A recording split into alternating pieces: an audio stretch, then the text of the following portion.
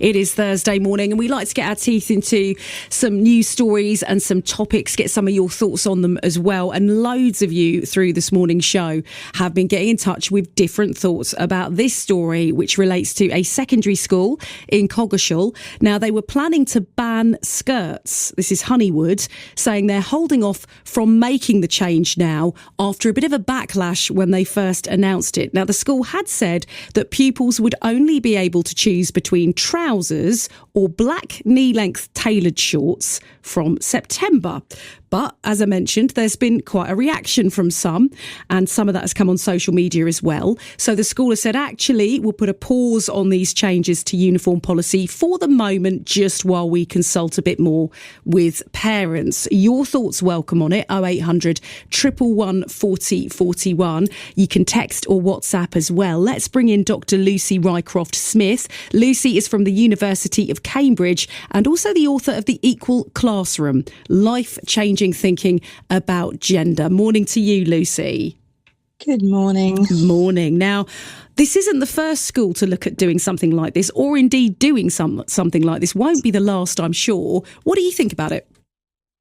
Broadly, I think it's a good decision. It does depend on the reasoning, and this is a kind of really complex area. But what's really interesting is the sort of words that we use around this. Like you said, ban, and the idea of banning anything usually does create a backlash because people think, my choices are being constrained. But I guess if the school or we use different words like simplifying uniform, perhaps we might feel slightly differently about it because that's what they're doing, right? They're just making the whole idea of uniform less gendered and a bit easier. It's a hard sell, though. I'm gonna say it's a hard sell, because if you have something in a policy, if you have something that you can wear and then you take it away, many people would argue that you're being stopped from wearing that rather than simplifying it. It's a hard sell. Yeah, that's true. That's true. But I guess one of the important things to think about here, for example, is the cost of school uniform, which, I know you've talked about before, but it is more expensive to be a girl or a young woman in terms of school uniform. It's an extra £30 or £40 on average per year. And that's because they're buying skirts and stuff like that. And so it's not necessarily just about taking something away. Maybe it's about reducing the financial burden on parents. There could be a number of reasons for doing it. But I think ultimately what they're saying is, this particular school and many other schools, is it makes things more straightforward, but also it helps to create a more gender neutral environment for students because the uniform then isn't gendered. What if people do want to wear? I've had a guest editor, Lydia Bright, with me this morning on the show, and one of her comments that she felt quite strongly about it was, what if you do want to wear a skirt? Yeah, well, I guess my question to you is, if you're a boy or a young man, what if you want to wear a skirt at school? What's that like for you now, right? And I think the policy is open to boys wearing skirts as well if they wish to. So I think that would have been the case previously and perhaps in the future. Yeah, the point I'm trying to illustrate is not that they can't physically do it. It's what's the consequences of that in terms of the social consequences. Yeah. And the problem with skirts in schools, and this is really well evidenced, is that young women and girls, when they're wearing skirts, are more constrained in a number of ways. They actually do much less physical activity throughout the day. They don't move in the same way. They are very self-conscious. And so actually just saying, well, they should be free to choose, it's not free. It feels like it is, but it's kind of like an invisible chain. And you know this as well, that, if we're wearing skirts or high heels or something else as women, actually we move our bodies differently. And that has a massive impact, not only on the way we feel and the sorts of activities we do throughout the day, but the way that other people perceive us. And so our decision in the morning, well, do I put a skirt on today? Do I wear makeup? Do I wear trousers? All of these are really loaded decisions. And actually young women are having to really struggle with these decisions every day. And so I kind of like the idea that the school's saying, well, let's maybe take all of those difficulties away and just make it much more straightforward. But it is going to feel like oppression, I think, to the young women and girls, or certainly some of them. Yeah, and I guess perhaps that comes down to how this is consulted on and how this is communicated, isn't it? And I think we've spoken about this before.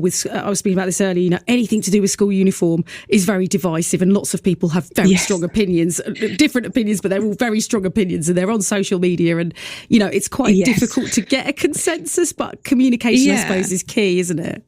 It is, but actually this is quite interesting because actually opinions on this are very stable. There's been YouGov polls on this for the last 6-7 years, and round about 44% of people do think that boys and girls should be allowed to wear the same, not necessarily without skirts, but that they should be allowed to wear the same.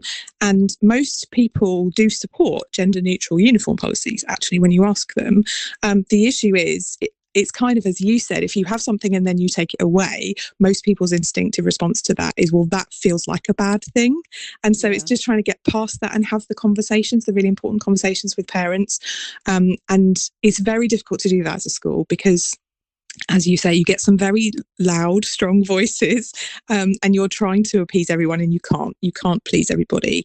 And so trying to do the right thing for the students has to come first. And a lot of that is also around educating them. So doing any school policy changes without lots of conversations with parents and students isn't particularly well advised generally. Yeah. And to be fair to their credit, they announced I don't know what communications they'd had with parents and children prior to announcing this uniform change in September, but there has been a bit of a backlash, and since that they have said, actually, do you know what, we will just pause it for now whilst we take on some more thoughts and feedback. Whether that will change anything, who knows, but at least it feels like the school is prepared to listen and continue that conversation.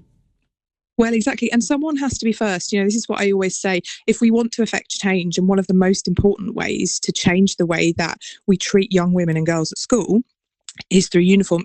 If we want to change that, someone has to be first, and there will be a backlash. But ultimately, what we ask young people to wear at school is a reflection of how we feel about them, and what we're telling them they can do, literally. And so if you have a gendered uniform policy where only some genders can wear some things, firstly, you're completely ignoring students who, don't identify as a girl or a boy.